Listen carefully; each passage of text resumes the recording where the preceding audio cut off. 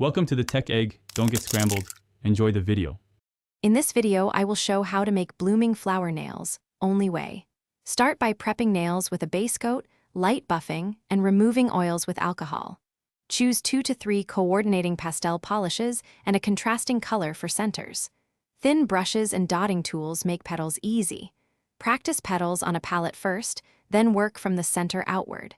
Finish with a glossy top coat for durability and dimension. In this video, I will explain how to make blooming flower nails, only way.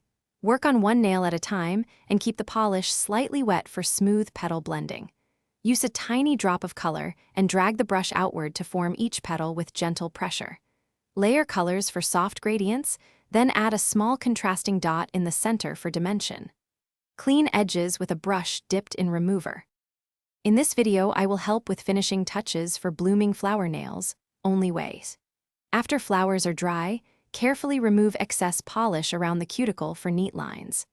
Add tiny highlights with a fine brush to make petals pop, then wait briefly before applying a full top coat to protect the art. Consider a matte top coat on one accent nail for contrast, and always let nails cure fully to avoid.